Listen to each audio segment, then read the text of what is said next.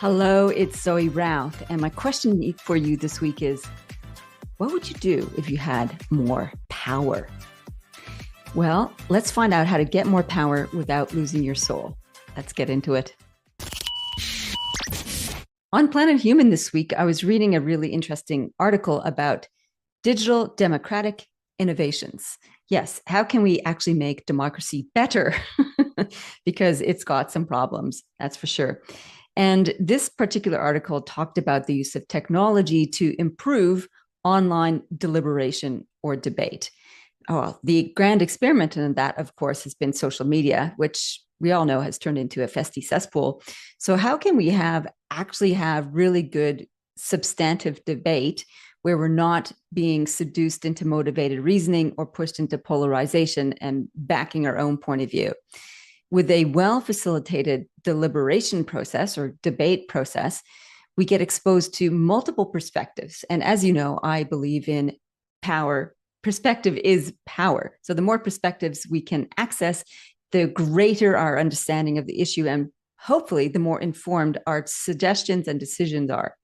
That is the thrust behind digital democratic innovations using technology for that. And how the author visualizes this, we can use artificial intelligence and I think blockchain to help facilitate that. I don't think he mentions blockchain in the article. So how does this work? Well, you have a moderated debate where you solicit or invite different opinions, conversations around a particular issue or topic or community initiative, and you share these perspectives. The AI tool can help analyze and provide what do they call it?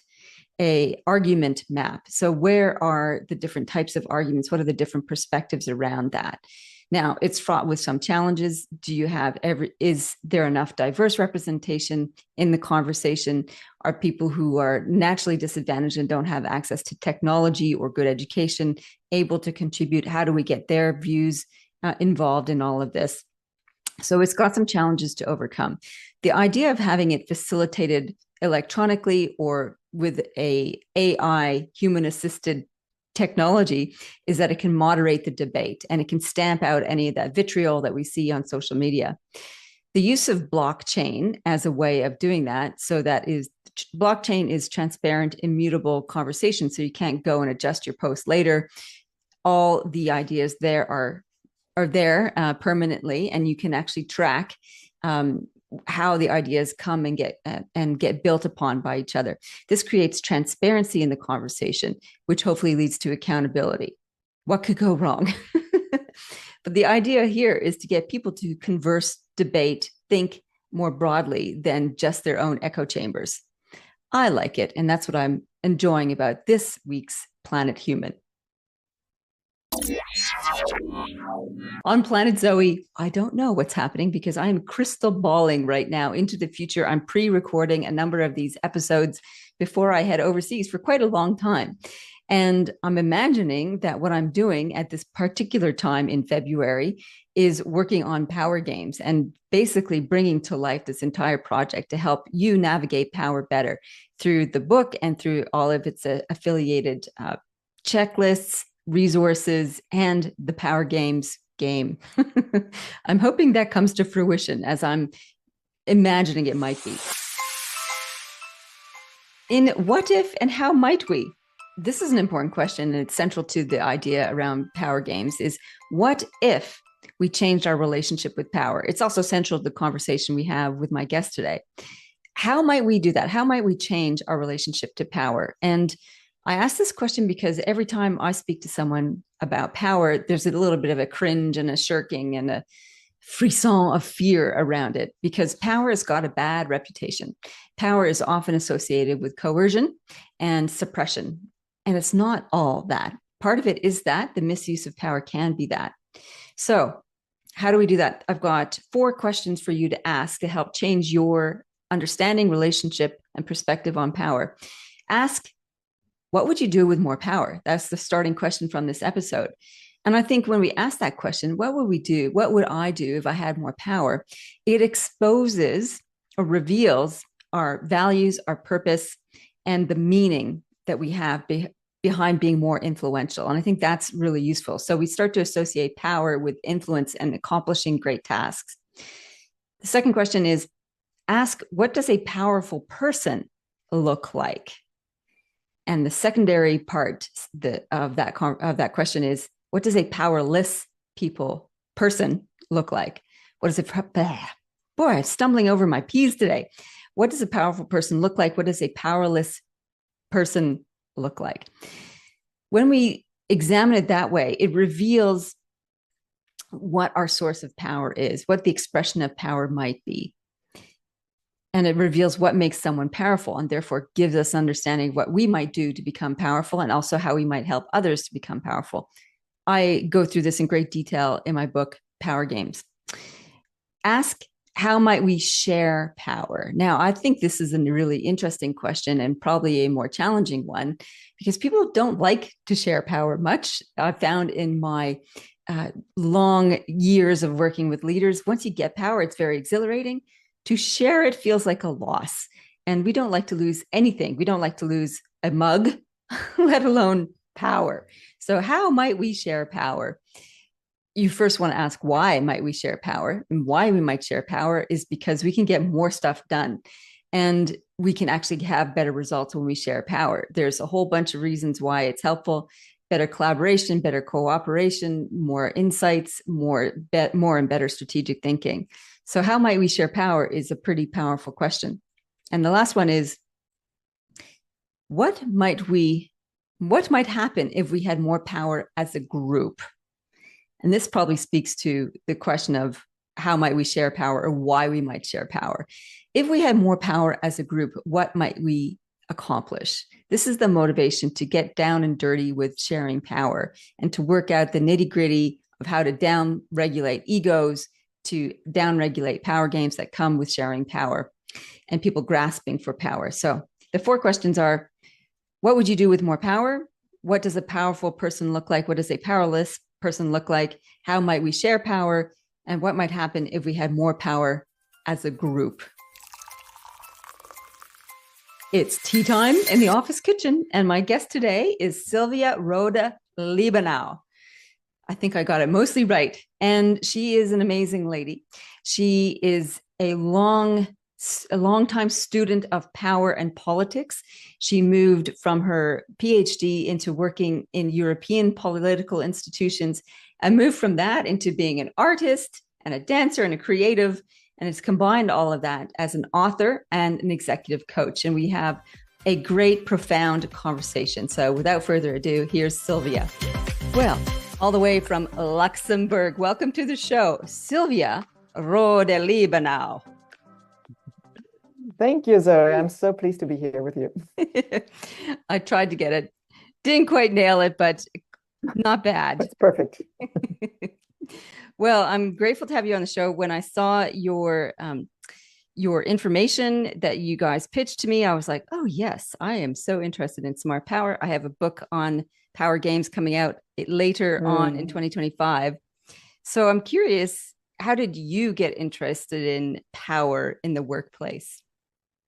Actually, it's a long story. My interest in power started much earlier. I did ancient Greek at school, and our teacher was very insisting on philosophy. And so we read Plato a lot. And Plato talks about politics, the body politic.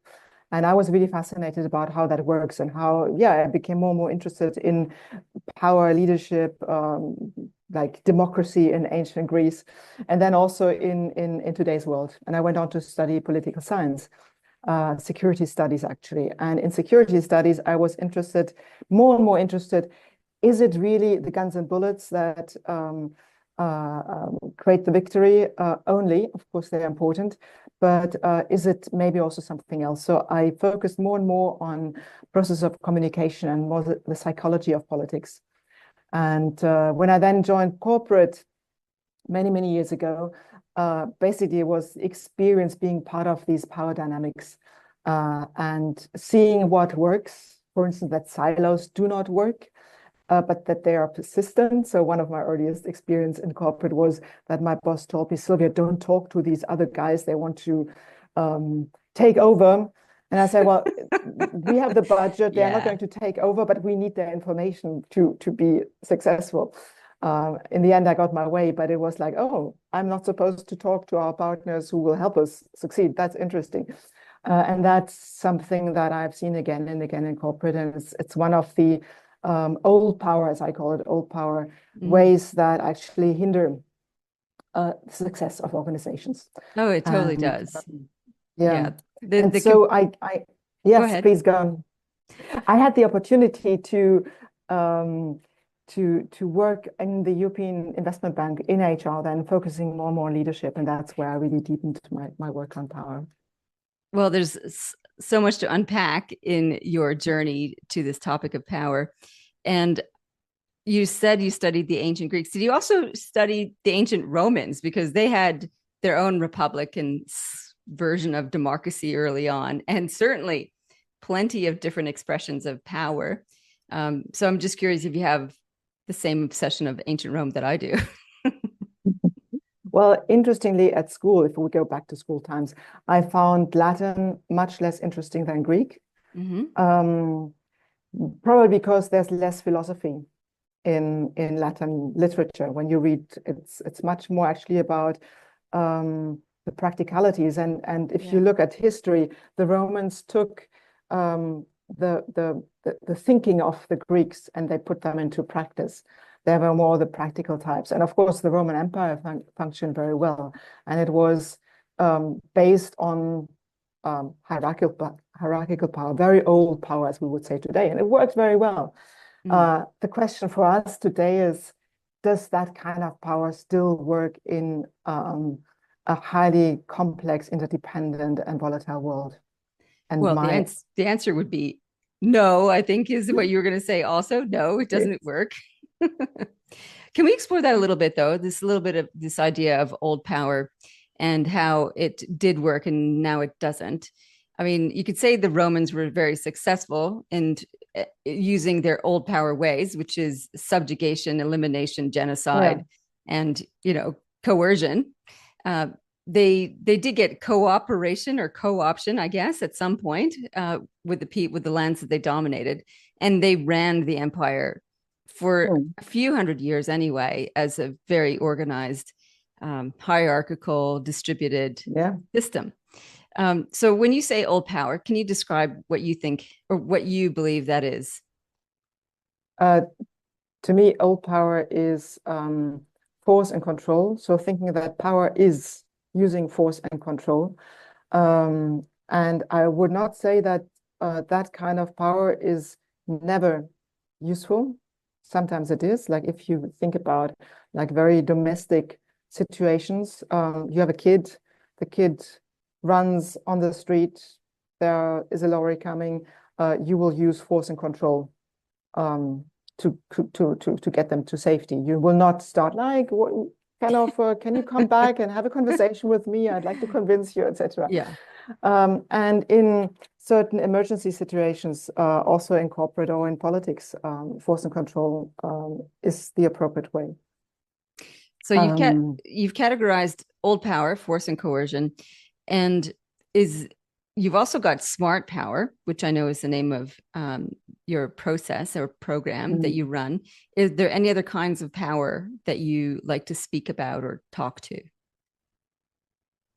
well, smart power is the concept I work with, so I can talk about that. There are other ideas of power, but I'm maybe less the expert on those. But let me speak about smart power, which I developed indeed to say, well, hey, there is a different way to look at power. Because in my experience, it's already the mindset that we bring to the game that makes us choose how we play the game. So if we believe that power is about, or leading is about using force and control, then this is what we're going to do. And then we're going to fail because we're only going to get that far. And so I thought about like, what is it actually that in the complex and volatile environment that we work in and we live in, how can we succeed? So I came up with SMART power, which is actually an acronym, which stands for systemic, S for the systemic of SMART. which means that in this complex world, if we do not use a certain degree of systems thinking, we don't understand anything. If we only look at the particles, it's just, it looks like a mess. And actually, that is why so many people today fall for quick fixes or in politics, populism, because they look at the particles and they don't understand anything. And therefore, in their desperation, they look for a simplistic answer, not a simple answer, but a simplistic answer. And so to get out of that, we need to go to the systems level, understand system. So this is the S. Then it's M, which stands for merging. Merging is also, like, we could also call it co-creating, giving up or pooling power, information, resources in order to have more power together. And anyone working in corporate knows that if we overcome the silos and the fear of giving away some of the control, then we have more power together. So if you think about legal and front offices and sales and marketing, very often these departments will like jealously control what they have, believing that they are very crucial, and rightly so, they're very crucial to the success of the company. But by not merging their power, the company is actually less powerful. So Sylvia, that's merging. Can we just explore that a little bit? I'm curious about why you think people cling to this mistaken notion that they need to hoard their information to bolster their own success, when clearly if they shared, it would be better for everyone. So what causes that, do you think? I think it's, first of all, the old tradition. And when I worked in corporate, I was told, as I said at the beginning of our conversation, Sylvia, don't speak to the others. So we are kind of formatted, conditioned in a certain way. That's the way to do it. If you're a citizen of your department, you will protect the department. So you will not give away certain information. So that's how you make your career. That's what you think is right. And the other reason is also that the higher you get then in the hierarchy, the more you actually think that you get something out of that. So the positioning that you have, the attempts to enlarge the turf of one's own department, etc., lead to behaviors that are less collaborative. And so it's a little bit of like self-interest and a little bit of culture. Yeah. So one of the things I've been noodling on for my own research is, I agree that it's a little bit of self-interest and a little bit of culture, and also a little bit, as you alluded to, the systems in the organization which underpin the culture. So, what are the rewards and recognition processes, and does that drive some of this self-interest and collusion? It almost feels like against their peers, which is undermining the success of the organization.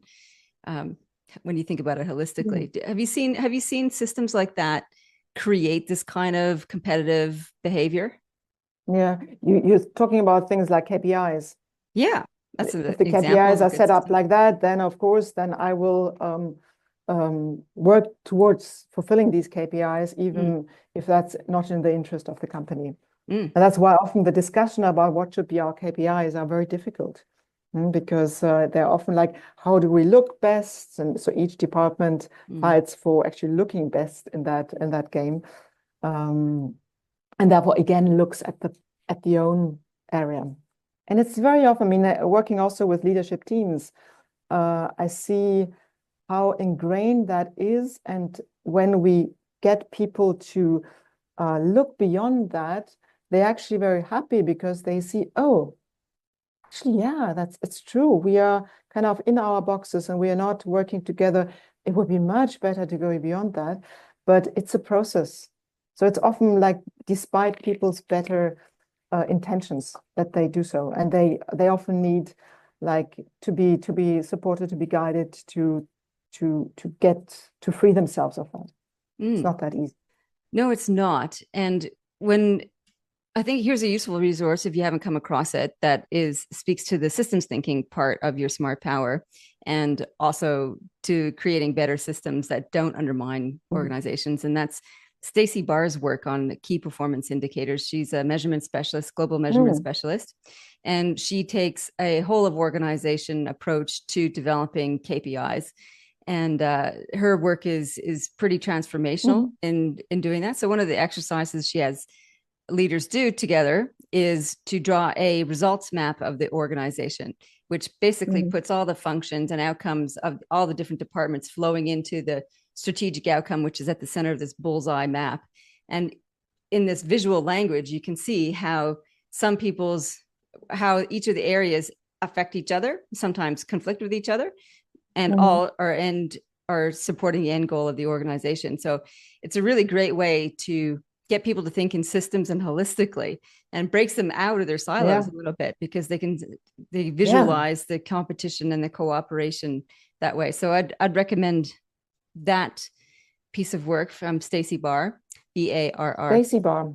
Hmm. Yeah, her work's amazing.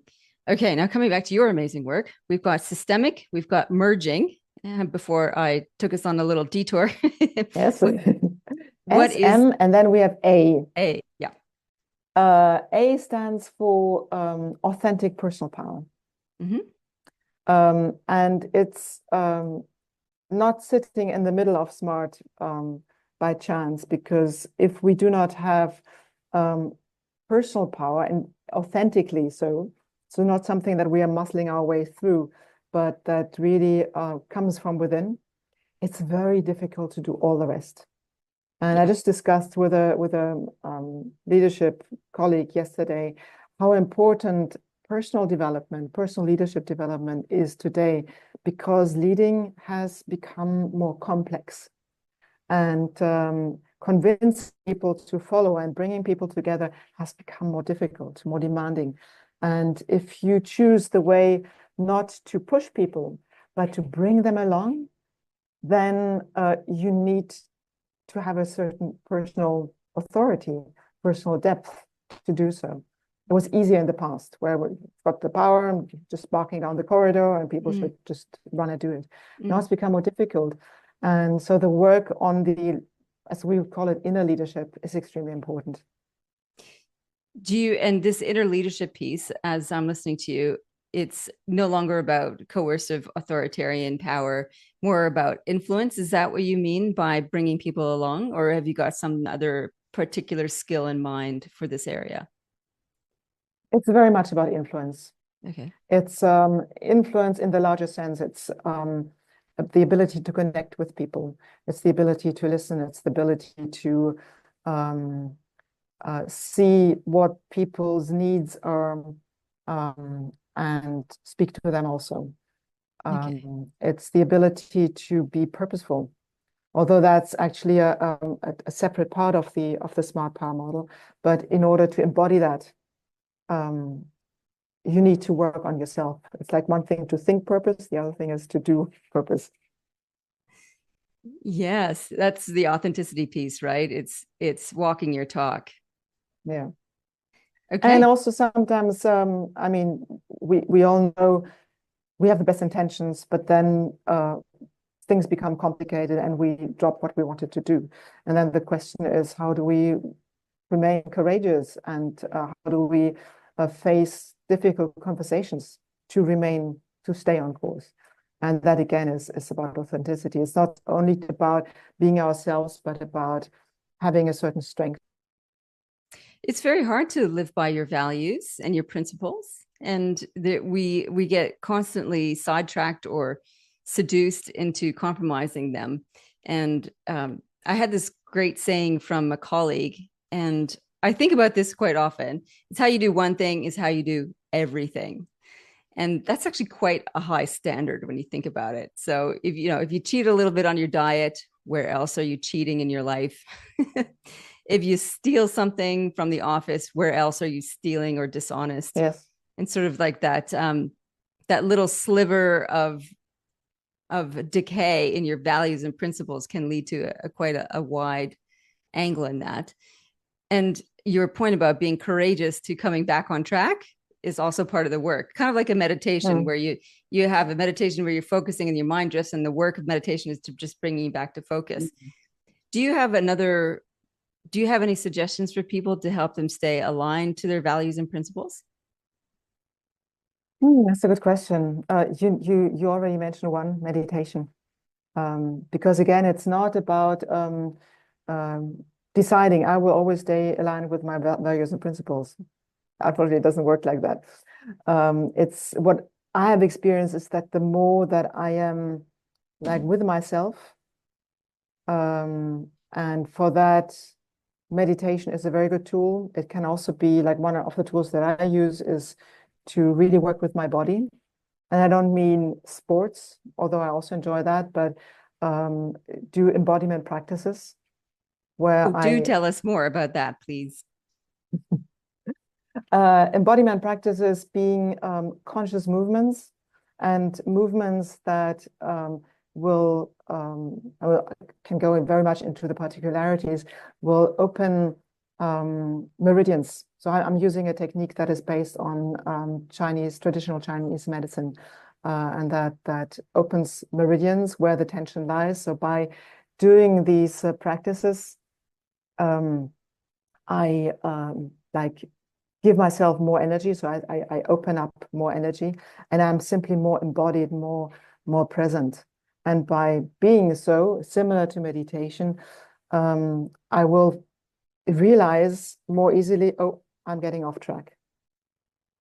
I'm not doing what I actually sent out to do, or I will have the inner strength to stay on course, or to not mess things up because my emotions run away with me. But to say, okay, I feel certain things, but how do I want to behave? So how do you actually open up meridians? Like there's so many different Mm. body practices. Like I'm thinking of yoga, I'm thinking of Tai Chi, I'm thinking of the EFT, the tapping one. Do you have any, do you use all those practices, or have you got something else in mind? Even acupuncture is a good way to do that. It's a technique that is like based on yoga, like using kind of yoga movements, but in a different way. Yoga stretches the body, the muscles or the tendons. That's also why sometimes yoga can be actually even dangerous when people do not know how to do it right, because they can overstretch. In this technique, you use the muscle, so you solicitate the muscle at the same time as stretching it.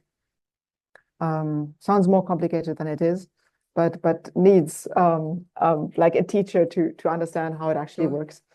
And I've seen fantastic results both with myself and with my clients in terms of like becoming more solid. So that's one technique. But I would say, like, if people do yoga, that is also a fantastic technique to become more present, to be more embodied. And I see often when working with my clients on like assertiveness, communication, leadership present, that without the body, we don't get very far. If we think we can think our way through that, we are mistaken, because we are embodied beings. If we use the body only as a brain taxi, we are not fully there. I agree. And there's so many leaders walking around thinking that they're a brain on sticks, and Yeah. they're so not that. And I think because we do so much computer work these days as well, it's very easy just to park your body for the day, and Mm. then to oh yeah, when you have to get up and move because it's cramping or Yeah, stiff, to remember that we actually have a body. Um, exactly. I think what's going to be interesting too, and I'm curious what you think about this, is as we start to embed technologies into our body, how this might affect our sense of self and presence and Mm. authenticity. What have you been thinking around this? I think it's fairly creepy. So embodying technology into our body can be really useful, helpful medically, but it can also actually go into a direction of being externally controlled, and also kind of taking away um, the individual human agency, and also the need to look at our development. So I kind of believe if like you're born and then you get some technology set into yourself, and then the development gets done by technology, and you sit there with a bag of popcorn watching yourself develop. This kind of doesn't make sense to me. Can't go well, because as in any art that you learn, it's the art of living is a bit the same thing. If you think that you learn the piano through like insert a program, you will never really master. You can't be an artist by like having plugged in technology. And the same as you can't be an artist of your life. You can't fully live that life. That's my belief. I think there's the room for it's not this or that, it's probably this and that. And that's sort of what I've been exploring in different conversations lately about the threat and opportunity of artificial intelligence and other technologies. And some of the reading I've been doing, there's another futurist I know that he talks about the potential dichotomy, not dichotomy, but two pathways for humanity, where you have the augmented humans and then you have the organic humans. And they become two different classes of humanity, or even two different classes of workers, because who will get promoted, the augmented human or the organic human? Because there are advantages and disadvantages to both. So it's an interesting futurist conundrum, I guess. But coming back to are we the participants and the authors of our experience, or are we going to let technology drive that? I think it's too easy just to fall back on technology as a crutch. And I was just having another interview earlier with another gentleman who talked about mega thinking, and he has a whole process to help people work on their thinking. And part of it is research, and you can accelerate the research with technology. And then I thought, well, why don't you just skip the first two parts, which were come up with your own ideas and test it with other humans, and just go to the research piece, like it's faster. And I think that's part of the problem. We don't learn how to think. We just learn how to plug questions into artificial intelligence to generate responses. So if we're going to maintain or develop our own thinking skills, then we need to manage this tension of what's easy and what's complex, and how do we foster our own growth. I think it can be an accelerator of growth, but it can also be a derailer. Yeah, no, absolutely. No and solution. It's like what I know about artificial intelligence, it's that it's absolutely necessary to tackle humanity's challenges. And there are tremendous risks in it. So we have to be like actively managing it rather than just letting it go, letting it flow. Yeah, absolutely. It needs to be our servant and not the other way around. Yeah. So where are we up to in our acronym? We've got systemic, merging, authentic, R. R is actually related to the merging. It's like the more external side of being connected. It's relationship power. So everything around being in relationship, networking, collaboration, creating alliances. It's more the active side, whereas the merging is more the internal side. How do we dare to give up control? How do we dare to open up ourselves as a way to power? And the relationship is more the active side. What do we do actually in terms of networking and creating those relationships? Yeah, it very much goes in hand with the authenticity piece, which is all about influence, and then you kind of expanding out to leverage the humans around you and their particular influence. All right, and so that leaves us with T. What's T all about? T is about a transformational power. And so if you want to make your power count, you want to have a certain level of transformational capacity. And you get that by having a purpose-driven leadership. And if you don't, you remain in the transactional. Okay. You will have those KPIs, yes, but you necessarily don't know where you're running with that. So if people are reading about this and wanting to exercise smart power, what gets in their way? That's a great question. First, it's the like culture, the way we are all conditioned. When we all grow up in a society, then we grow up, if we go into corporate life or business, we grow up learning certain ways of doing. And today they are still not very much in the direction of smart power. They are still quite governed by old ways of thinking about power. So if I'm formatted like that, then that's how I will choose to behave. The other reason I have found is that old power is quite effective to get to a certain level. Mm-hmm. That by using force and control and pushing and competing with others, I will be able to get forward in my life and career. The question then is, how do you get further? How do you actually create a really successful company? How do you contribute to solving challenges that humanity is facing? And with my model, I actually intentionally want to speak to those leaders who want to make a difference. If someone says, well, actually, I only want to sit on my power and I want to make lots of money, maybe they don't need really smart power. They can think, how can I compete? How can I eliminate competitors? And that makes me happy. That person will probably not be interested in smart power. No. Maybe to a certain degree, understanding systems thinking on a superficial level, the personal power, but not the authentic personal power, more the personal, how can I, like certain politicians, how can I appear powerful? How can I attract people? More like on a narcissistic level. And they won't be using the purposeful because they will be more opportunistic. What is like the best next sale? But if a leader wants to really make a difference and make their company successful in this environment, truly successful, not only themselves, then they will see, oh, this old way doesn't work. I have to look for something else. So you asked what holds them back is that you get to a certain level with not doing it, but then you have to see what else you need to actually really succeed. That's right. So some of it, I mean, those narcissists and psychopaths can do well in traditionally structured organizations. They just climb to the top, eliminate the competition, and carry on. And so if you have organizations or contexts which are more complex, that doesn't work as well.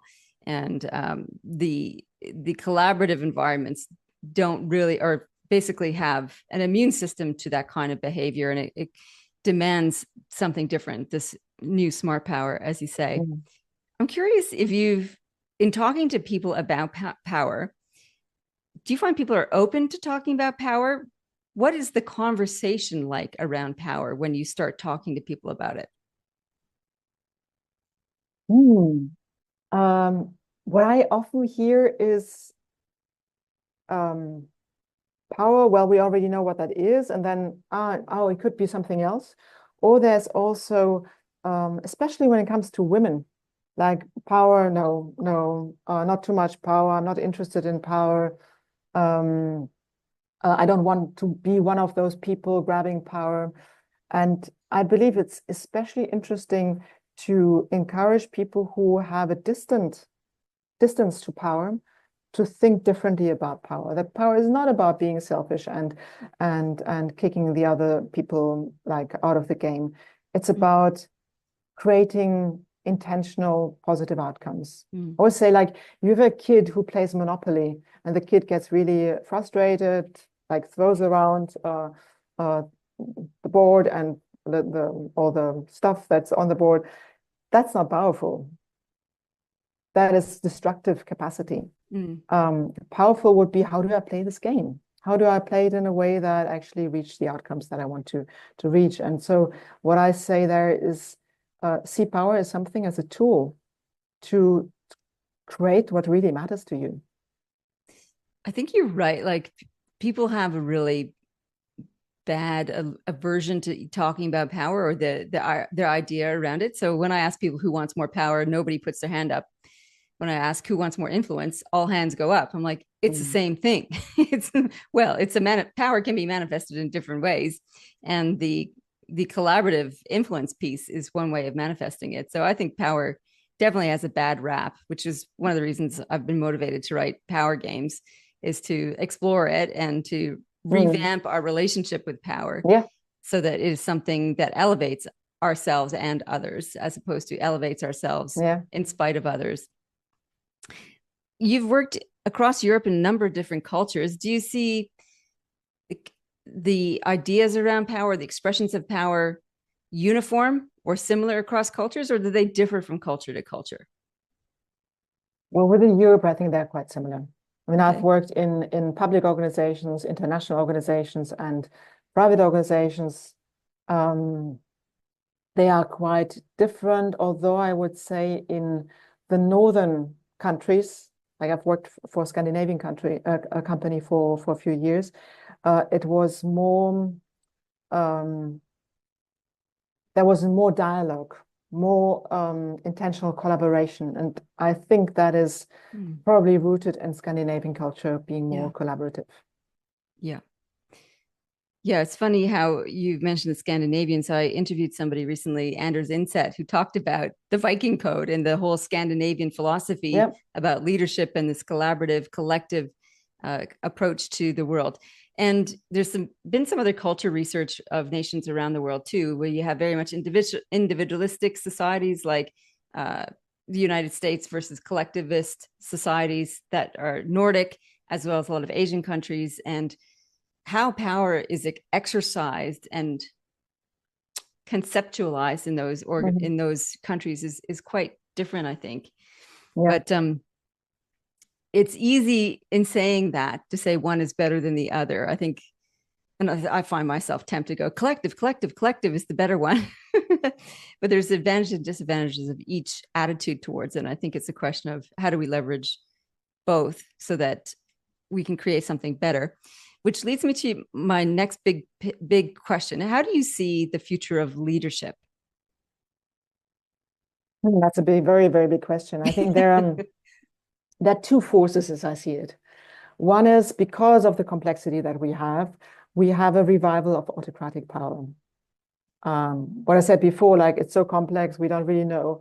And so let's not know. I mean, you have the president-elect Trump who basically says, I don't know, but it's not about knowing, I will have my own way. So there's very little science in that. And because things are so complex, there are many people who want that. So they want to follow someone who is, I also don't know, I don't care, but well, I'll give you a very simple solution. And it's, by the way, it's the migrants who are the problem. And so we have, on the one hand, tendency, the revival of autocratic power. And on the other hand, we have the pressure that comes from the world's actual challenges, which is like climate change, environment, resources, the interconnectedness of societies and economies, the pandemics, VUCA, like as a term. And that pressure actually creates also a push for the other kind of leadership. Because if humanity is at least to the minimal degree serious of wanting to survive, then that autocratic leadership simply doesn't work. There has to be a different leadership, because if you already look at climate change, no country can solve it. It's coming. It's not like a question whether we like it or whether we don't like it. We know that it's happening. So can a country alone solve that? No, no country alone can solve that. There are no unilateral ways to solving that. If you have a problem for a company in that complex system, can the company alone solve it? Not even. They probably have to work together with other companies in the same industry to a certain degree. There will be competition, but like, what do we together want? Inside a company, how do we, what we talked about before, how do we have the different parts of the company work together so that we actually succeed as a whole, etc. So wherever you look at the micro and macro levels, you need that level of collaboration and purposefulness and systemic thinking again, and not like, again, looking at the particles, we're solving this little problem, but forget what impact it will have on the others if we move on that little particle. So that's what I see, these two tendencies. Yeah, I think that's a really nice summary of the two powers or two forces pulling us in different directions. And as you're talking, I'm like, I want to say that the collectiveness, the systems thinking is the path forward. And then all of a sudden I say, as soon as I start to think this is the way, I'm mindful that we can become blind to other options. And I think I want to, I'm just exploring these thoughts. I don't have anything definitive to say about that. Is how can we take the best out of this tendency to authoritarianism because of the need for simple solutions and reassurance? I think probably is the gold that comes there, not necessarily the autocratic, you will do what I say and I'm the savior and follow me, but more speaking to the challenges and the fears that are underlie that tendency to autocracy and deal with that. So I think that's my noodling, mulling over how can we take what's useful from autocracy and blend it into this way of moving forward. Because there are some elements, it's speaking to a need, obviously, clearly, because there's been such a rise to it. And I think we'd be silly to ignore that need. Yeah. Do you want my thought on it? What's that? Do you want my thought on it? I do want your thought on that. Yes. What I see is that like there's the strength in, well, one strength of autocracy is that you get clear solutions. Like one person says, this is the way. So what we have often in democracy, and we had it in my birth country, Germany, we had that to an extreme way. We had this coalition between three parties, which actually were not so much aligned, and they were squabbling a lot. So the people, the citizens became really frustrated because it was pulling left, right, and center. And that was like the really severe downside of a democratic process where the parties do not collaborate, but actually compete with each other. And then there is no solution. And then people say, oh, if we only had this autocratic leader, then we would have simplicity. So it would be to have more discipline and rigor in the democratic process to actually come to conclusions and solutions, have maybe also sometimes, I mean, also in companies, to have the courage to make a decision rather than waiting for, do we have everyone has agreed so that I cover my backside and don't take responsibility. So that also, and then if you'd look at the possibility of an enlightened leader, so if that powerful person would really be serious about their authentic personal power, then that actually could kind of function in a certain way. Then they probably would not want to be that autocratic because they would be enlightened enough to want to hear other people. But the more someone is in a powerful position, the more actually they should be responsible for looking after themselves. And I think what we have is the risk is that we have these people in power who do not look after themselves, who are sometimes like psychologically not healthy, and that's where the risks really come from. Yeah, they fall to the shadow is what I've determined. Now, Sylvia, oh my goodness, this is such a rich conversation. Are you ready for the fast three? Yes. Tell me about them. Okay. Number one, what is the future technology you most want right now? So we talked about artificial intelligence. What I was dreaming of the other day was to have AI that is able to break down and transform complex data into simple information that people can understand and then decide on. Yeah, there's certainly different applications that are going towards that end, different data sets you can process and so on. But to really have that and integrate that into the political process and company process, but especially the political process. Very cool. All right, number two, what's the best leadership tip you ever got? Very simple. Once you're a leader, it's no longer about you. I love it. Yeah. Was it ever about you? I guess it was. When you get handed that's how we start out. No, it's like I want to get ahead, my career, etc. Okay. Number three, What are you reading or listening to right now? I'm actually rereading a fantastic book, which is by the author Jim Selman, and it's called Living in a Real-Time World. It's a beautiful, um, like practical but highly philosophical book. Beautiful read and really guiding if you want to develop in your leadership and life. Okay. Living in a Living in a real-time world. real-time world. And who's the author? Jim Selman, Jim Selman. Man. Okay. Fantastic. Well, thank you. That was the Fast Three. Now, Sylvia, is there a question I haven't asked that you would like to answer? Zoe, I think we have covered so much ground and enjoyed it tremendously. No, there isn't. Thank you. Okay, good. Well, where can people find out more about you and your work? Well, the easiest way is actually on my website, which is called smartpowermethods.com. And then there's also my book, Who's in Charge? Lead with Real Power and create an impact in a chaotic world. And that talks also about many of the things that we discussed today. Fantastic. I love it. Thank you. This was a very rich conversation. It's nice to meet a like-minded thinker, somebody who's really thinking about the future and what we need for the future of leadership and humanity. This has been a pleasure. Thank you, Sylvia. Thank you, Zoe. It's Read to Lead, and this week's book is Sylvia's book. Who's in Charge? Who's in Charge? Lead with real power and create an impact in a chaotic world. And it's a lovely book. And it's really quite simple and action-oriented, because with this book, what you'll get is an analysis of the three components of what makes powerful people. That's energy and legacy and power itself. And I was particularly taken with the power chapter, given that I'm obsessed with this topic at the moment. And she talks about old power and how we can craft new power. And new power is collaborative, it is full of love, it is uplifting, and it is shared.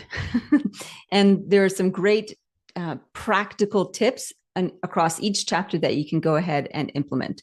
And the whole teasing out of smart power is also in this book. So I think it's actually quite a profound little handbook for you in terms of doing some great self-analysis, great self-development, and useful for implementing power in a very new and powerful way. That's it for the show this week. I would love for you to subscribe in the app that you're listening to so you can get every episode as it drops and stay part of the conversation. Become a podcast insider and get the tip sheet, the discussion questions, the water cooler factoids, and other special benefits and bonuses that I reserve just for my insiders, my podcast insiders. You can go to zoerouth.com, click on podcast, where you can sign up and you get a whole bunch of bonuses just for doing that. I would love to have you in my inside circle. I would also love to hear your point of view. Feel free to drop a comment wherever you're listening. Share the episode on the socials with your thoughts, your experiences as you apply these concepts, or your challenges with the particular conversation. It makes it more of a two-way street, and I love to expand my perspective by hearing from you. So if you do, that would be awesome. In the meantime, live with grace, lead in service, live well, lead well.